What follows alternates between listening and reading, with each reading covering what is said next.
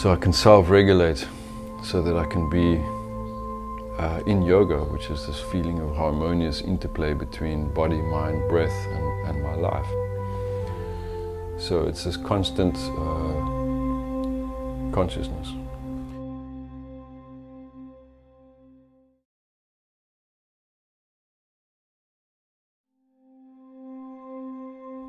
I would recount this as the first day I went to yoga school. I was already teaching yoga because I taught myself to be a yoga teacher from a book. I learned yoga, studied it, and then wanted to share it with others. I started teaching it, and then realized that it would be nice to have formal education as well. And so when I went to the yoga ashram, I remember it something like this, where the Swami then said, first thing to know is that yoga is a way of life. It's not a religion, it's a system, it's a practice. That's it, that's what you need to know. And I went like, yeah, I like that. I'm so glad to be here. And this is why I'm here, to learn more of this. But also to confirm that that's what I was interested in, that's what I'm really doing. And then that feels to me still valid today, because I still get up every day and teach a yoga class or do a yoga practice. And then integrate it in such a way through my life the whole day that the whole day becomes yoga.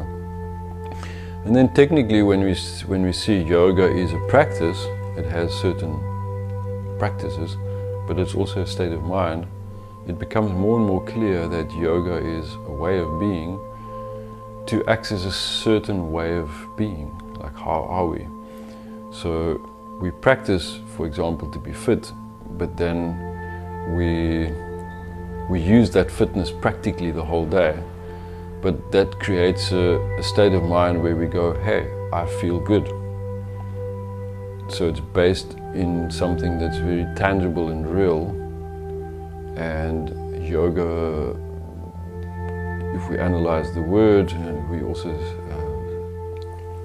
understand it then as yoga means union, where body is one with mind, because body and mind is not separate and it can't be separate. And we understand this in deeper and deeper layers as we go along with our practice.